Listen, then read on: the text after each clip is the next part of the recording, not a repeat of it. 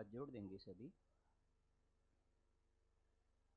ओम जय जय जय नमोस्तु नमोस्तु नमोस्तु नमो हरिहंसाणं नमो सिद्धाणं नमो ऐरियाणं नमो वज्रायाणं नमो भुवे सवसां नमो समय साराय स्वानुभूत्या चकासते चित्स्वभावाय भावाय सर्वभावान्तरच्छिदे वन्दे तु सर्वसिद्धे ध्रुवमचलमणोवमं गतिं पत्ते ओच्छामि समयपाहुड केवलीभृङ्गं निज स्वरूप को परम रसे जामे भरो अपार वंदो परमानंदमय समय सारय विकार।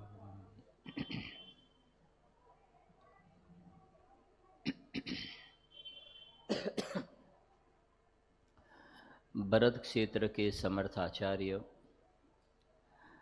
भगवान कुंदकुंद आचार्य देव द्वारा रचित ग्रंथादिराज समय सार परमागम में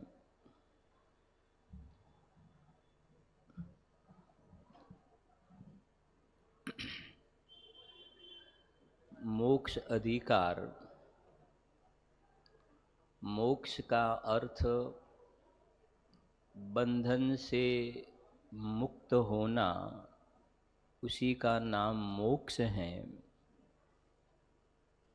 और नियम सार परमागम में वहाँ बताया कि आत्मा के अतीन्द्रिय आनंद का पर्याय में महालाभ होना, उसका नाम मोक्ष है। नियम सार परमागम की शैली ही कुछ अलग है। पूज्य गुरुदेव श्री जिसके लिए कई दफ़े कहते हैं, नियम सार में કેટલીક વાતો समय सार करता पण चढ़ियाती वातों से, जैसे कि कारण शुद्ध पर्याय, पंचम भाव, पारिणामिक भाव, बार बार उसको निज निरंजन पंचम पारिणामिक भाव और कई सारी बातें। क्योंकि नियम सार परमागम तो कुंदकुंद आचार्य देव ने अपने निज भावना के हेतु ग्रंथ की रचना की है। तो वहाँ मोक्ष की जो परिभाषा बताई कि आत्मा के अतीन्द्रिय आनंद का महालाभ होना, उसका नाम मोक्ष है। और कर्म की ओर से कहे तो द्रव्य कर्म, भाव कर्म और नो कर्म, तीनों आ गए ना। कल थोड़ी चर्चा की थी अपन ने। वो नास्ति से कथन हुआ और ये बातें पर्याय में है। और पर्याय में जो महा आनंद का लाभ होता है, उसका जो दातार है, पर्याय में जो महा आनंद का रसास्वाद आता है, तो कहाँ से आता है? यानी गुजराती में कहे છે કૂવામાં હોય તો હવેડામાં આવે। गुरुदेव श्री के शब्दों में प्राप्त की प्राप्ति होती है। तो जिसके लिए पूज्य सोगानी जी साहब ने कहा कि हमारा जो भगवान आत्मा, जो सम्यक दर्शन का विषयभूत शुद्धात्म तत्व है, वो महा डोनर है, वो दातार है। वो डोनर है। किसका डोनर है? सम्यक दर्शन, ज्ञान, चारित्र, अतीन्द्रिय आनंद, केवल ज्ञान का दातार ये शुद्धात्म तत्व है। केवल ज्ञान में से केवल ज्ञान की पर्याय नहीं आती है। शुभ भाव का तो प्रश्न ही नहीं है, वो तो बंधन का कारण है। लेकिन निर्मल पर्याय में से भी दूसरी निर्मल पर्याय नहीं आती है। एक तो पर्याय का माइनस पॉइंट ये है कि पर्याय क्षणिक है, दूसरे समय में नष्ट हो जाती है। दूसरे नंबर में जो पर्याय में आनंद वगैरह आता है, वो द्रव्य में जो अनंत गुण का अभेद पिंड है, तो गुण का जो परिणमन होते हैं उसे पर्याय कहते हैं। पर्याय में कोई गुण नहीं होता है। बात समझ में आती है विजय जी? पर्याय में गुण नहीं होता है। तो जो गुण का निर्मल परिणमन होता है, सर्वगुणांश ते सम्यक्त्व, कृपालु देव ने सम्यक्त्व की व्याख्या बताई। हाँ, ये तो पूज्य गुरुदेव श्री का हम सब पामर जीवों पर अनंत अनंत अनंत अनंत अनंत अनंत, हम पूरी जनता पूरे जीवन तक बोले ना अनंत अनंत, तो भी हम गुरुदेव श्री का उपकार समर्पित करने के लिए समर्थ नहीं है। ऐसा ये महापुरुष ने हम सब पर अनंत उपकार किया है। इसमें ये सब बातें ऐसी है, कल भी मैंने बताया था कि हमारे सामने, मतलब ऐसे तो हमारे चिंतन में ये सब जिनवाणी अंदर में चलनी चाहिए, लेकिन सामने जब जिनवाणी आती हैं, ये कलश वगैरह आते हैं, जैसे सामने भोजन आया तो उदीर्णा हो जाती है। इसी प्रकार से सामने जब विषय आता है तो अंदर में और विशेष विशुद्धि अपनी बन जाती है। आचार्य देव के हम निकट पहुंच जाते हैं। अभी हम कुंद आचार्य देव और अमृतचंद्र आचार्य देव के समीप पहुंच गए, हमें जो विषय लेने वाले हैं वो। गुरुदेव श्री बताते हैं ये सब बातें ऐसी हैं कि जैसे जो इमली होती है ना, इमली, तो इमली को देखते हैं और मुख में से पानी आता है। ऐसे जिनवाणी के हम दर्शन करते हैं और श्री गुरु कहते हैं कि आत्मा में से अतीन्द्रिय आनंद का स्वाद, रसास्वाद आना चाहिए। आत्मार्थी जीव का ये लक्षण है, क्योंकि उसको जो चाहिए ना वे इसमें से मिल रहा है ऐसे तो भगवान आत्मा में, लेकिन ये बता रहा है ना इस अपेक्षा से। तो इसमें आज जो कलश लेने का विचार है, क्योंकि रेगुलर जो हमारा स्वाध्याय होता है तो एक एक लाइन में हम आराम से चलते हैं और उसका रसास्वाद लेते हैं, लेकिन ऐसे विशिष्ट प्रसंगों में एक एक व्याख्यान में एक एक टॉपिक लेने का थोड़ा भाव रहता है, क्योंकि श्रोता भी कुछ थोड़े चेंज हो जाते हैं। समझना जरा, मोक्ष अधिकार में बहुत ही एक महत्वपूर्ण श्लोक आया है, और कल भी मैंने बताया था, आज भी मैं आपके साथ शेयर करता हूँ कि आप जो हमारे पास जितना समय है 45 मिनट का, शांति से आप बात समझेंगे तो आपको बिल्कुल निश्चित रूप से समझ में आएंगी। इतना सरल करके अपन चर्चा करेंगे। और थोड़ा मुझे ये भाव रहता है कि आप, कल मैंने बताया थी, घर पे जाकर समय सार खोले और खोल करके कलश खोले, उसका श्लोकार्थ समझने का प्रयास करें। क्योंकि टोडरमल जी साहब जी ने एक बात लिखी है मोक्ष मार्ग प्रकाशक में, ग्रंथ नष्ट होने के 2 रीजन बताए। एक तो दुष्ट पुरुषों द्वारा ग्रंथों का नाश हुआ, कमलेश भाई, दुष्ट पुरुषों द्वारा ग्रंथों का नाश हुआ, और दूसरा ग्रंथों का नाश होने का रीजन जीव स्वाध्याय नहीं करते हैं। ये हमारे वितरागी संतों हैं, ज्ञानी धर्मात्मा पुरुष जिनवाणी की रचना तो हमारे पर करुणा बुद्धि पूर्वक करके एक ग्रंथ लिख करके तो चले गए, लेकिन हम ग्रंथ का स्वाध्याय नहीं करेंगे ना तो ये ग्रंथ नष्ट हो जाएंगे। फिर से हमें गुरुदेव श्री की याद आती है कि ये सब ग्रंथ समझो कि ये समय सार, नियम सार, प्रवचन सार, मोक्ष मार्ग प्रकाशक, नाटक समय सार, 6 ढाला, जीर्ण शीर्ण मृत अवस्था होने की तैयारी थी। उसी समय में एक ऐसा काल पका एक महापुरुष का जन्म हुआ, जिस महापुरुष ने ये सब ये जिनवाणी माता को ऐसा सजीवन कर दिया कि पंचम काल के अंत तक इसमें डे बाय डे वृद्धि होने वाली है, इसमें कोई कमी होने वाली नहीं है। मुझे गुरुदेव श्री के लिए 4 लाइन में भाव व्यक्त करता हूँ, बहुत प्रसिद्ध पंक्ति है। एवाए कड़ी काड़ मां जगत नाम, कई पुण्य बाकी हता, जिज्ञासु हृदयो हता तलसताम, सदवस्तु ने भेटवाम। एवा કંઈક પ્રભાવથી ભરતમાં ओ कहान तू उतरे अंधारे डूबता अखंड सतने। ये जिनवाणी नष्ट होने की तैयारी थी भाई राजकुमार थी। कोई वांचने वाला नहीं था, कोई स्वाध्याय नहीं करता था। अब ये समय नहीं है हमारे पास, स्वाध्याय की परिपाटी थी तो कैसी थी।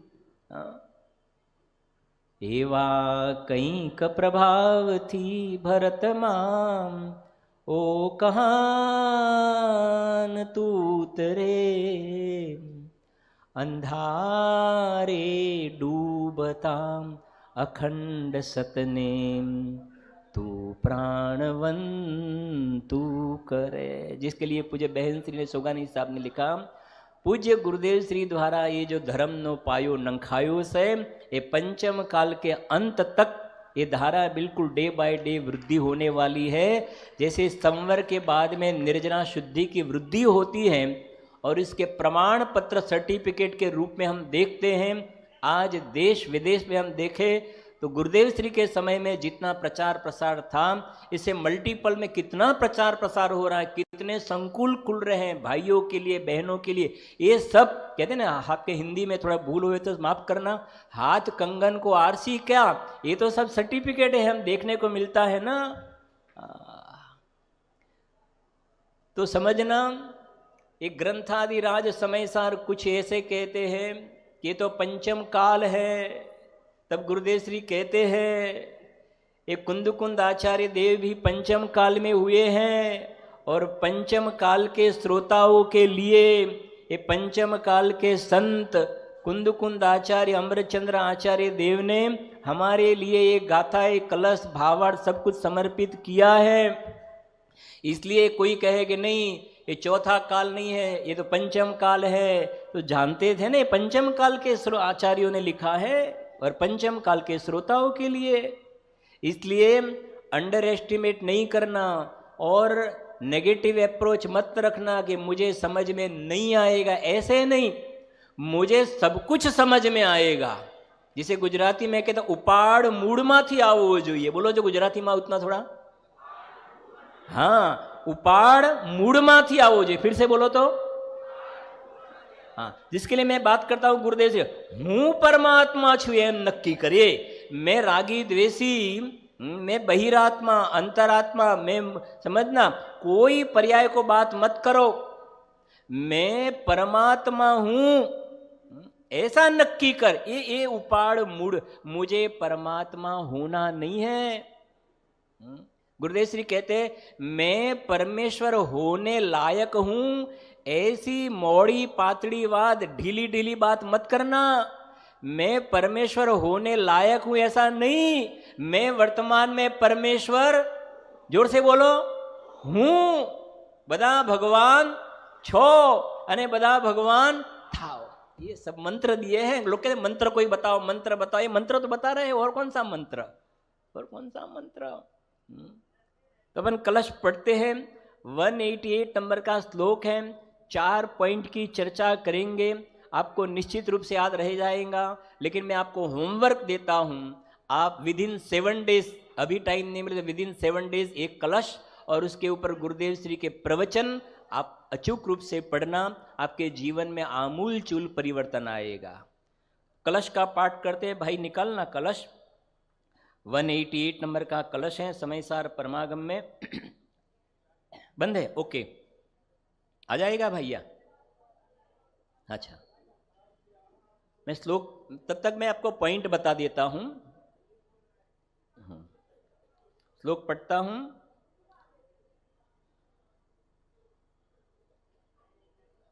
अतो हता प्रमादीनो गता सुखासीनताम प्रलीनं चापलम उन्मूलित आलम्बनम आत्मन्नेवालानितं च चित्तम आसंपूर्ण विज्ञान गणोपलब्धि।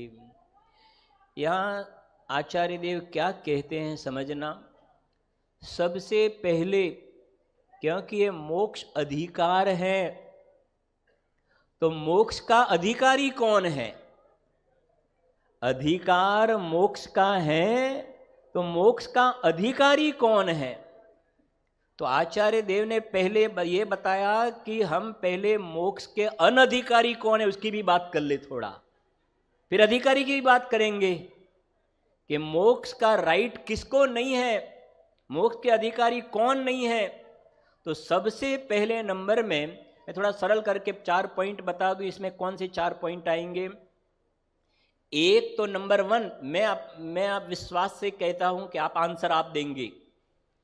नंबर 1, मिथ्या दृष्टि पापी। मिथ्या दृष्टि के साथ में क्या बोला मैंने? पापी। दूसरे शब्दों में कहे अशुभ उपयोग वाला मिथ्या दृष्टि। क्या कहा बोलो तो?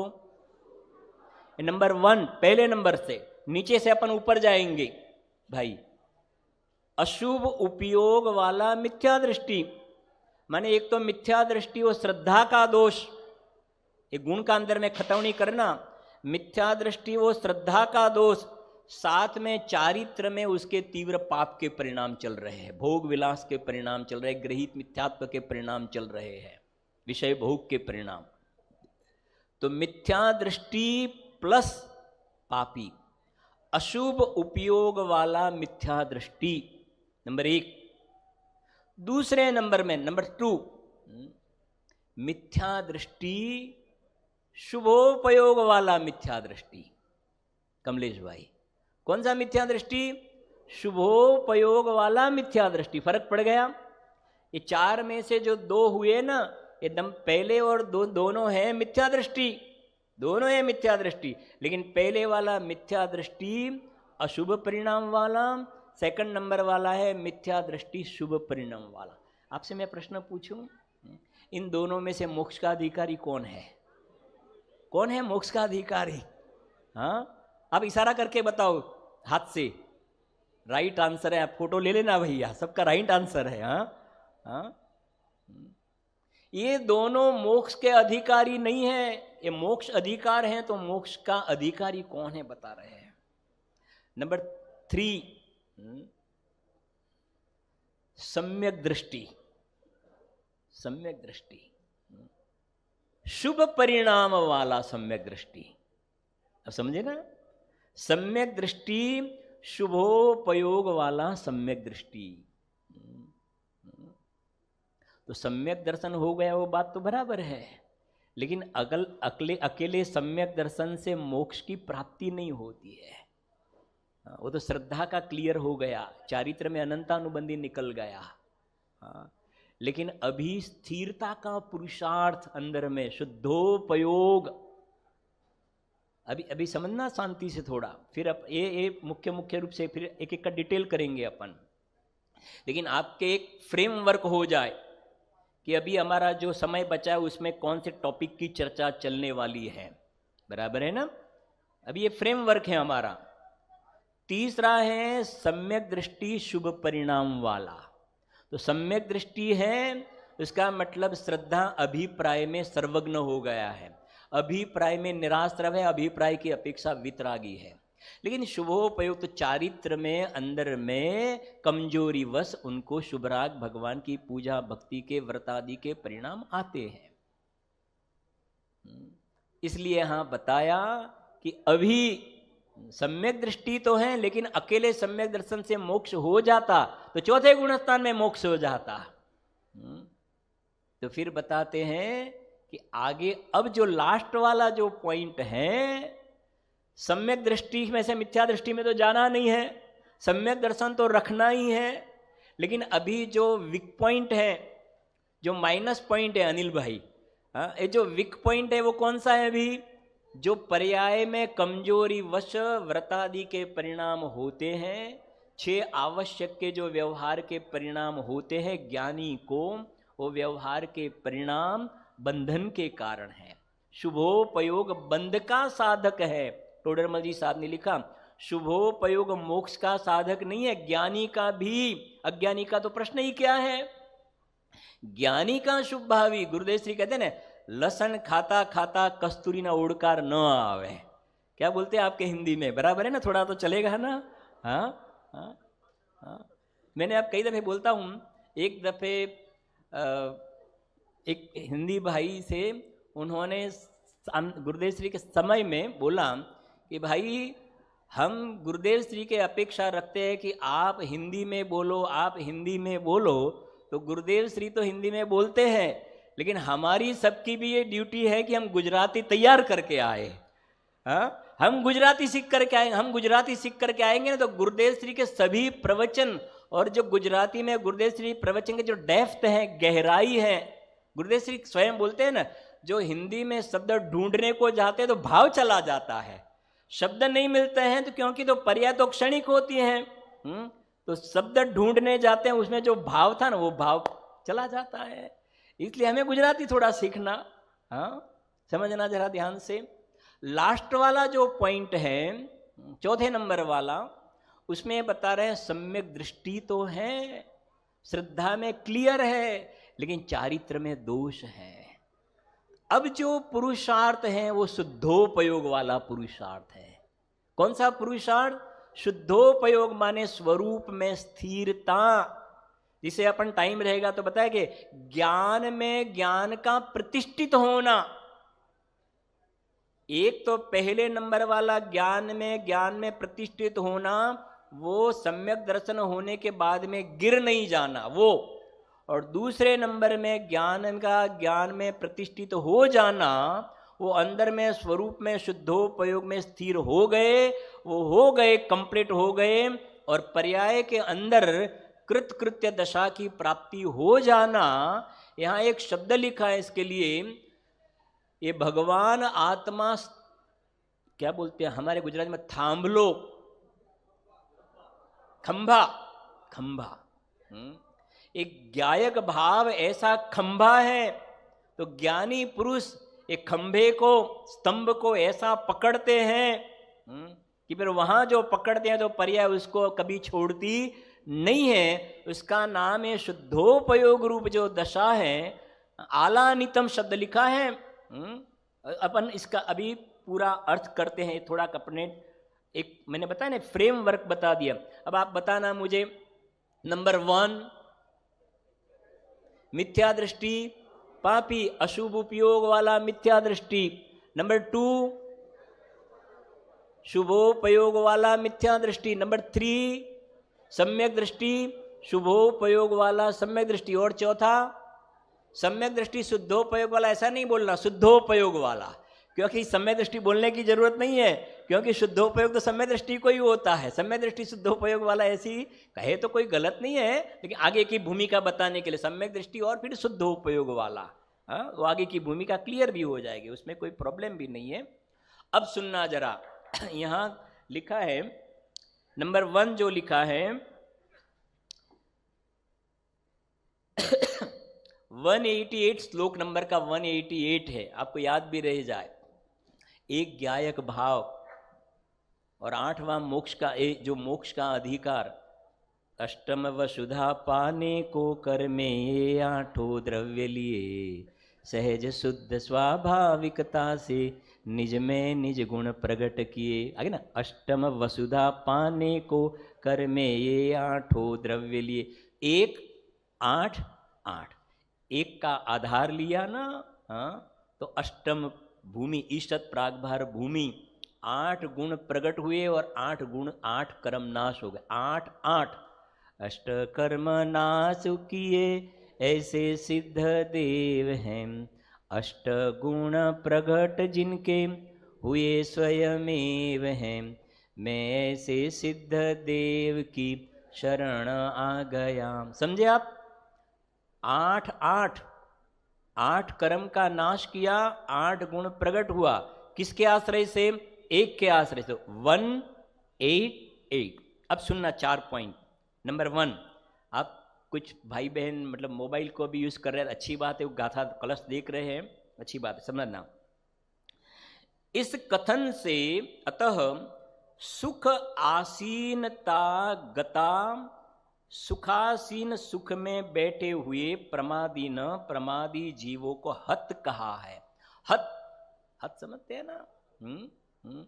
हमारे गुजराती भाषाમાં जो गाय भैंस वगैरह कुत्ते वगैरह एकदम घर के एकदम आ जाए तो ऐसा बोलना नहीं चाहिए, लेकिन लोक में बोलते हैं ना, होड़ होड़ ऐसा बोलते हैं।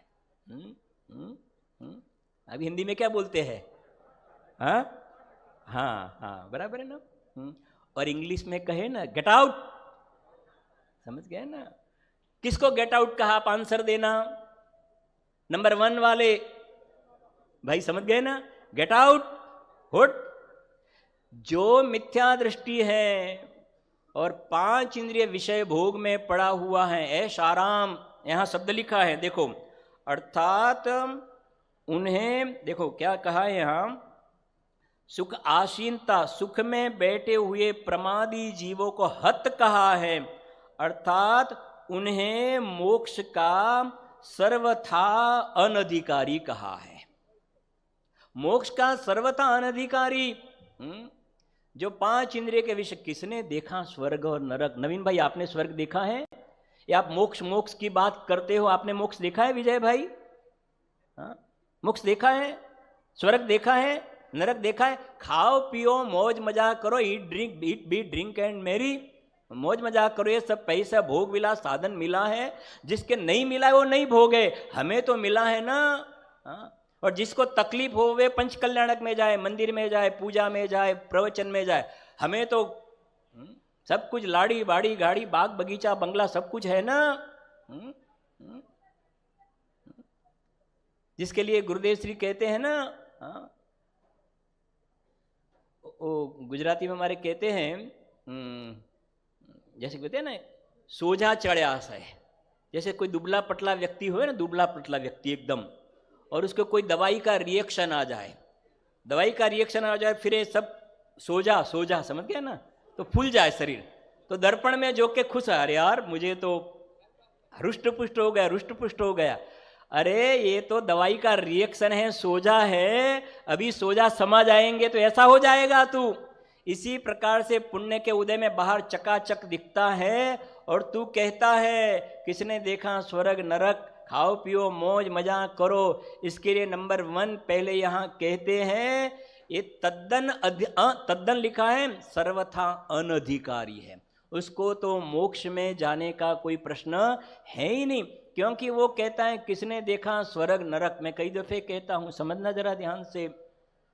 और गुरुदेव श्री कहते हैं, और सुनना, हमारे गुजराती में कहते हैं, जहां हमें लागू पड़ता है वहां राइट करना, और नहीं पड़ता है वहां क्रॉस करना। समझ में आती है ना बात थोड़ा? तो हम फॉर्म भर रहे हैं, 4 ऑप्शन हैं, उसमें से कहां हमें कहां कौन सी सिचुएशन में है वहां राइट नहीं है, वहां रॉन्ग करते जाना, और फिर कहां सुधार करना है। जिसके लिए गुरुदेव श्री कहते थे, 24 घंटे में 23 घंटा तो ये जीव पाप करता है। 24 કલાક में 23 કલાક पाप करे। सवारे दर्शन पूजन थोड़ू सांभळ्યું ना सांभळ्યું, और भागता है दुकान की ओर, ऑफिस की ओर, कारखाने की ओर, 2-3 हैं और 1-2 कारखाना, और 1-2 कारखाना, एक ऑफिस और एक ऑफिस। पाप करता है प्योर। नीति से धन कमाना वो भी पाप है। न्याय नीति से आजीविका के लिए धन कमाना वो भी पाप है। तू तो अन्याय अनीति से धन कमाता है कि नहीं, सोचना। और आजीविका के लिए करता है, किसके लिए करता है? मैं ये बता रहा हूं, ये अपना समझो ना कि अपना वो चल रहा है, एनालिसिस कर रहे हैं। मोक्ष के तद्दन अनधिकारी, अधिकारी क्या सिचुएशन है, कहाँ है हम हैं, और वास्तव में हमें कहाँ जाना है। हे जीव जरा सांभळ, हे जीव जरा सांभळ, तू शू करी રહ્યો છે ક્યાં જવાનું તારે, ने क्या जई રહ્યો छे तुम। बात समझ में आती है ना? रत्नों ने फेंकी ने तू पत्थर वीणी રહ્યો छे क्या जवानु तारे, ने क्या जई રહ્યો छे तुम। बात समझ में आती है ना? हम आधा घंटा 1 घंटा गुरुदेव का सीढ़ी के सुनते हैं ना, मुझे गुरुदेव श्री के सीढ़ी प्रवचन, और बाकी के 23 घंटा पाप करते हैं, तो उसके भी फल लगेगा या नहीं लगेगा? मुझे बहन श्री का वचनामृत, पहले पॉइंट का अपन अभी उसका डिटेल कर रहे हैं भाई साहब।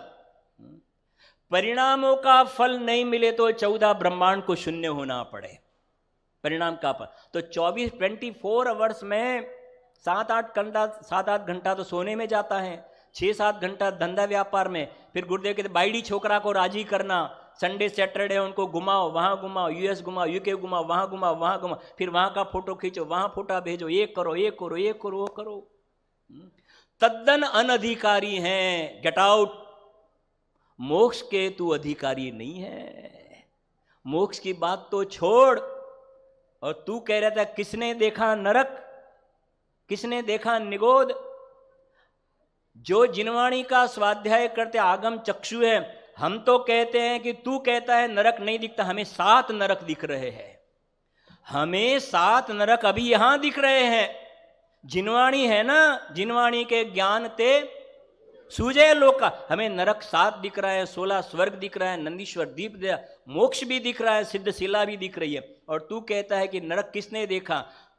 तू ये जिनवाणी का अपमान करता है ना, तुझे वहां जन्म लेकर के देखना पड़ेगा, तुझे वहां जन्म लेकर के नरक को देखना पड़ेगा, क्योंकि तू मोक्ष का अधिकारी नहीं है। इस जिनवाणी माता का तू बहुमान नहीं करता है, भगवान की वाणी के सामने तू पड़ा हुआ है। इसलिए नंबर 1 में कहा, मैंने पहले बताया ना, हम कहाँ हैं और कहाँ जाना है। आंख बंद हो जाएगी, देर नहीं लगेगी, नहीं लगेगी। फिर परिवार वहां से फोन आएगा, कितने बजे निकलना है, बोलते हैं ना 4 बजे निकलना है, तो 3:45 को ही आएंगे सब रिश्तेदार, ले जाओ, खेल खत्म हो गया। यदि अवसर चूक गया, भव भव पछताएगा, फिर काल अनंत अरे दुख का घन छाएगा। फिर क्या करेगा। नंबर 1। अब दूसरा समझना, पहले नंबर वाले के लिए तो लिखा मोक्ष का तद्दन अनधिकारी है, तुझे ऑफिस में परमिशन भी नहीं है अंदर आने की। नंबर 2 कौन, बोलो, शुभोपयोग वाले, लेकिन कौन, मिथ्या दृष्टि शुभोपयोग वाला। श्रद्धा में 100% भूल, मिथ्या दृष्टि, क्योंकि श्रद्धा में या तो 100% प्योर होता है या 100% भूल होती है। श्रद्धा में, प्रतीति में तो गुणस्थान के जो भेद होते हैं वो तो मुख्यतः चारित्र की अपेक्षा से जो आगे के हैं, जो चौथे से आगे वाले, तो अब समझना, मिथ्या दृष्टि शुभ परिणाम वाले वो भी मोक्ष के अधिकारी नहीं है। शुभ परिणाम वाले मिथ्या दृष्टि, समझना जरा, सुनना। इस जीव ने, क्योंकि हम टॉप लेवल वाले जीव बताएंगे इसलिए थोड़ा क्लियर हो जाएंगे। मुनिव्रत धार अनंत वार ग्रीवक उपजायो, फिर क्या है, पे निज आत्मज्ञान बिना सुख लेस न पायो। इसमें कौन से कैटेगरी वाले आ गए भाई साहब, कौन से कैटेगरी वाले आए, 2 नंबर वाले आए ना ये, सेकंड नंबर वाला है ना। मुनिव्रत धार द्रव्यलिंग धारण किया, शुक्ल लेस्या के परिणाम, जिनवाणी में जैसा व्यवहार कहा है, जिनवाणी में जैसा व्यवहार कहा है ऐसा ही बाहर में शुभ भाव वाला व्यवहार का पालन किया। कसाई की मंदता है, महाव्रत 28 मूल गुण का पालन है। हमने, ये हमारी बात है, ये दूसरे किसी की बात नहीं है। हमने ऐसा शुभ भाव किया और शुभ भाव किया, लेकिन ग्रैवेक में गए, भगवान आत्मा में नहीं गए, अंदर में जहां जाना था वो नहीं गए। तो ग्रैवेक में तो गए, लेकिन रिजल्ट क्या हुआ, साथ में मिथ्यात्व था ना, मिथ्यात्व था साथ में। ये नाटक समय सार में एक छंद लिखा है, सुनना जरा ध्यान से, बहुत बढ़िया छंद लिखा है नाटक समय सार में, कि इसका भाव शेयर करता हूं। एक क्या बोलते, बकरा, बकरा बोलते हैं ना, पाड़ा बकरा था। तो उसके पास एक ब्लाइंड पर्सन था, अंध व्यक्ति था। वो अंध व्यक्ति, वो एक जो शण आते हैं ना, उसमें से रस्सी बनाते हैं, ऐसा जो मटेरियल आता है उसमें से रस्सी बनाता है। वो ब्लाइंड पर्सन था, ऐसे बैठा था और यहाँ से रॉ मटेरियल लेकर के रस्सी बनाता था। समझना आप, रस्सी बना करके ऐसा ऐसा करके फिर ऐसा ऐसा करके इधर इधर इधर इधर ऐसा रस्सी बना, 4-6 घंटे तक रस्सी बना करके यहां भेजी। यहां रस्सी भेजी, 6 घंटे के बाद में उसने देखा कि कितनी रस्सी बनी है। इधर ऐसा देखा तो कुछ नहीं था, कुछ नहीं था। क्यों? क्योंकि यहां एक बकरा बैठा था। यहां एक बकरा बैठा था ना, वो बना बना करके भेजता था, लेकिन वो बकरा सब खा जाता था, सब खा जाता था। इसी प्रकार से ये द्रव्यलिंग धारण करके शुभ भाव के फल में, मंद कषाय के फल में ग्रैव्यक तक गया। लेकिन ये मिथ्यात्व रूपी पाड़ा, मिथ्यात्व रूपी बकरा, विपरीत मान्यता के पुण्य से धर्म होगा। जो बताया ना, लहसुन खाते खाते कस्तूरी की डकार आएगी। तो ऐसा जो मान्यता में, अभिप्राय में भूल थी, तो मिथ्यात्व रूपी जो विपरीत मान्यता थी ना, तो ग्रैव्यक तक गया और काल क्रम से देखे तो आगे जाके कुछ भवों के बाद में नरक निगोद में भी चला गया, दुर्गति में चला गया। और फिर वहां से परिभ्रमण करता करता यहां पांडाल में आके बैठा है जीव। अभी क्लियर? Are you clear? क्योंकि मैंने पहले बताया ये ताश भ्रमण की, हाँ, ये परिभ्रमण की कथा है, तेरे परिभ्रमण की कथा है। दूसरे नंबर वाला मिथ्या दृष्टि शुभ परिणाम वाला मोक्ष का अधिकारी नहीं है, गया वहां। फिर वो मुझे कल भी चला, एक गोल बाजार बोलते हैं ना, क्या बोलते हैं यहाँ? गोल बाजार, गोल बाजार। ये 4 गति में गोल बाजार ही है मुझे तो इसका। ये गोल बाजार है ना, 4 गति, मनुष्य, त्रियंश, देव, नार की ये। और हम रास्ते में आया तो एक स्टेशन का नाम था अधरताल, कैसा कुछ नाम था, और ये आया जबलपुर। तो मैंने कहा ये बात तो जब्बर है, और आगे था अद्धरताल। ये बात अद्धरताल नहीं है, समझ गए ना? ये बात अद्धरताल माने ऐसे हवाई में बातें करते हैं, ऐसी अद्धरताल बातें नहीं है। ये बात तो कैसी है? सब जब्बर बातें हैं, जोरदार बातें हैं। 100 इंद्रों की हाजिरी में जो भगवान कहते हैं ना, वो बात कहते हैं। समझना, बहुत है तो बहुत याद आती है। एक बात कह, अभी ये भी रह जाएगा, सुन लो, इसका ही चर्चा कर लेते हैं अपन थोड़ी। दूसरे नंबर वाले ये है कि गए परिभ्रमण करते करते पांडाल में आ गए हैं। ये सच्ची बात, 4 पॉइंट सुनने के लिए, नॉट ओनली सुनने के लिए और आगे बढ़ने के लिए, वहां से आगे बढ़ने के लिए। और आगे बढ़े हो तो धन्यवाद, नहीं है तो हमारे धारणा विकल्प वाले ज्ञान में क्लैरिटी होना चाहिए। जैसे हम जहां जहां से आए, तो हमें जबलपुर जाना है तो हम वो मैप में डालते हैं ना, यहाँ यहाँ यहाँ क्या बोलते हैं, डालते हैं, फिर यहाँ डेस्टिनेशन पे आ गए। इसी प्रकार से हमारे ज्ञान में ये मैप क्लियरिटी होना चाहिए कि कौन से वे पे जाएंगे तो हमें निर्वाण दशा की प्राप्ति होगी, नहीं तो सब गड़बड़ हो जाएगी। कोरोना जैसा, कोरोना जब स्टार्टिंग हुआ तो किसी को भी मालूम नहीं था कि कौन सी दवाई, जो इंजेक्शन, ये इंजेक्शन, वो इंजेक्शन, ऐसा नहीं करना है। हाँ, ठीक है। नंबर 3 कौन सा बोलो? नंबर 3 जोर से, सम्यक दृष्टि, शुभ परिणाम वाले, शुभ परिणाम वाली सम्यक दृष्टि। तो श्रद्धा में क्लैरिटी है। अब तीसरे नंबर में श्रद्धा में क्लैरिटी है, लेकिन चारित्र के अंदर में अभी कमजोरीवश उनको दया, दान, पूजा, भक्ति के शुभ भाव वगैरह के परिणाम आते हैं ना। उनके लिए लिखा है यहाँ कि आलम, पहले जो दूसरे नंबर में लिखा है, क्योंकि अभी स्क्रीन पे आएगा भैया, अभी आएगा, श्लोक थोड़ा निकालो ना, आ जाए तो श्लोकार्थ, तो कम से कम दर्शन हो जाए ना श्लोक के थोड़े। देखो श्लोकार्थ को मैं पढ़ता हूं। इस कथन से सुखासीन, सुख में बैठे हुए प्रमादीनः, प्रमादी जीवों को हत कहा है, अर्थात उन्हें मोक्ष का सर्वथा अनधिकारी कहा गया ना। नंबर 1 हो गया। अब सेकंड, चापलम लिखा है, चापलम प्रलीनम, बोलो तो साथ में, मेरा थोड़ा ये भाव था, आप सब बोले, थोड़ा बोलो तो। हाँ, चापलम प्रलीनम माने लिखा है, चापल्य का माने अविचारित कार्य का प्रलय किया है। इसमें बहुत गंभीर रहस्य है। चापल्य का प्रलय किया है। प्रलय कौन से काल में होता है? कौन से काल में प्रलय होता है? छठवें काल के बाद, अरे वो प्रलय की बात नहीं है, यहां तो मिथ्यात्व का प्रलय की बात है। समझ में आती बात? मिथ्यात्व का प्रलय तो हमारे लिए बस हो गया, वही असली प्रलय तो वो है। तो यहां कहते हैं चापल्य का प्रलय किया है, माने बिना, लिखा ना श्रीमद जी ने, एनो विचार विवेक पूर्वक शांत भावे जो करे। बिना विचार को जो द्रव्यलिंग धारण करके मोक्ष में जाने की भावना, वो यहां बताते हैं कि बिना विचार किया हुआ परिणाम है, उससे मोक्ष की प्राप्ति होती नहीं है। चापलम प्रलीनम।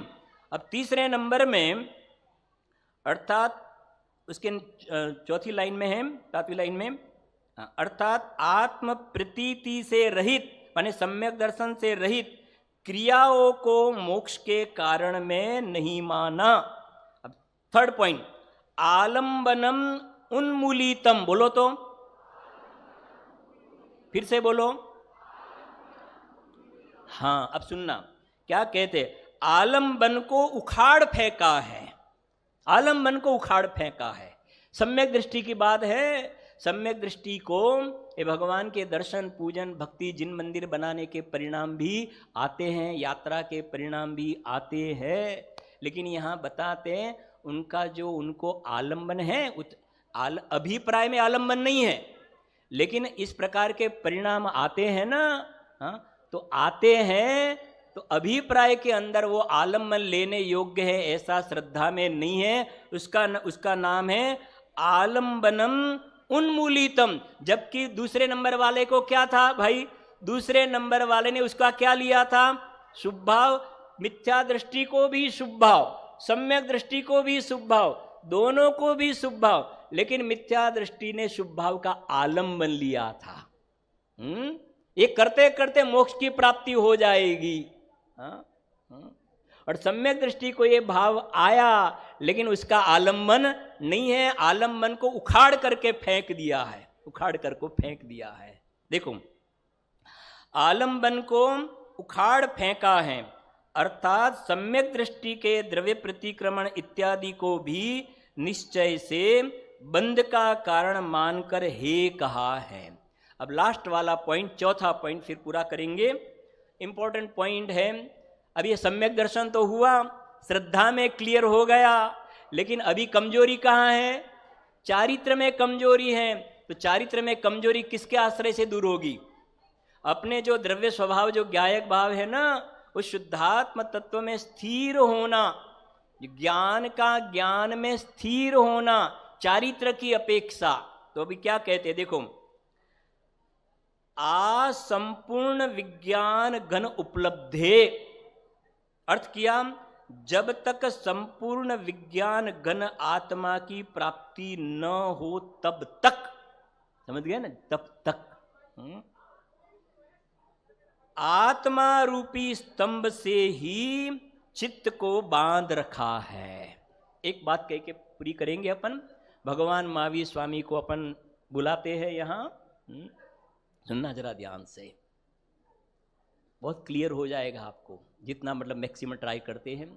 भगवान महावीर स्वामी को शेर की पर्याय में सम्यक तो हुआ ना, उसके पहले भी सम्यक तो हुआ था, लेकिन शास्त्रों में मुख्य रूप से जो चर्चा करते हैं ना, शेर की पर्याय वाले सम्यक्त्व की चर्चा करते हैं, क्लियर करते हैं इसको। उसके पहले विश्वनंदी राजकुमार की पर्याय थी ना, उस वक्त उन्होंने निर्ग्रंथ मुनि दीक्षा अंगीकार की थी, सम्यक्त्व तो हुआ, समझना। इसमें आगे कलश है, ज्ञान का ज्ञान में प्रतिष्ठित होना, तो सम्यक्त्व तो हुआ था, लेकिन वो गिर गया, मिथ्या दृष्टि हो गए, मिथ्या दृष्टि हो गए थे, अज्ञानी हो गए, कंटिन्यू नहीं चला।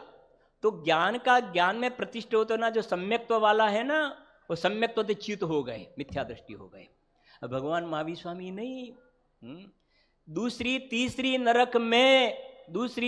नरक में ऐसे असंख्यात तीर्थंकर प्रकृति बांध रहे, ऐसे असंख्यात सम्यक दृष्टि जीव दूसरी तीसरी वहां से आके तीर्थंकर बनने वाले, लेकिन यहां से जब गए तब उनका सम्यक तो वमन हो गया था। सम्यक, क्योंकि सम्यक तो लेकर के पहली नरक से नीचे नहीं जाते हैं, तो एक तो ये बात है, समय सार की 38 गाथा और प्रवचन सार की 92 गाथा, मोह को मूल से मैंने उखाड़ को फेंक दिया है। अब मुझे सम्यक्त्व प्राप्त हुआ है, अब सम्यक्त्व गिरने वाला नहीं है। वो शेर की पर्याय से जो प्रारंभ हुआ, शेर की पर्याय वो अखंड रूप से चला, प्रतीति। अब शेर की पर्याय में जो प्रतीति हुई और शुभ भाव, स्वर्ग में गए देव गए राजा बने, स्वर्ग में गए राजा बने, स्वर्ग में गए चक्रवर्ती बने, स्वर्ग में गए नंद राजा बने, फिर स्वर्ग में गए, फिर तीर्थंकर बनकर के फिर मोक्ष में गए। बाकी के जितने भी भव चले ना, बाकी के जितने भी भव चले, वो शुद्धोपयोग रूप पुरुषार्थ, अंदर में स्थिरता का पुरुषार्थ नहीं चला उनका, स्थिरता का पुरुषार्थ। अब यहां अपन देखेंगे पंचकल्याणक में, मुनि अवस्था में 12 वर्ष तक स्वरूप में स्थिर रहने का अभ्यास किया, आत्मा रूपी स्तंभ के साथ पर्याय को बांधने का प्रयत्न किया, छठवां सातवां छठवां सातवां छठवां सातवां, फिर स्वरूप में स्थिर हो गए और रुजुवालिका नदी के किनारे उनको केवल ज्ञान की प्राप्ति हुई, फिर मोक्ष की प्राप्ति हुई पावापुरी से। ये मोक्ष अधिकार में यहां तक ले जा रहे हैं। थे कहां शुरुआत, पहला पॉइंट, वो जीव पुरुरवा भील मिथ्या दृष्टि, पहला मिथ्या दृष्टि पापी, और वहां से क्रम से पॉजिटिव जाते हुए निर्वाण दशा को पावापुरी से प्राप्त हो गए। इसको देख लेते हैं, देखो थोड़ा। जब तक संपूर्ण विज्ञान घन आत्मा की प्राप्ति न हो तब तक हमें तो पूर्ण दशा ही चाहिए, शादी अनंत का आनंद चाहिए। ये है, हमें तो पूर्ण दशा ही चाहिए। सम्यक्त्व में तो थोड़ा आनंद आता है, आंशिक आनंद आता है, लेकिन इतना आनंद हमें नहीं चाहिए। क्या कहते हैं, देखो, जब तक संपूर्ण विज्ञान गण आत्मा की प्राप्ति न हो तब तक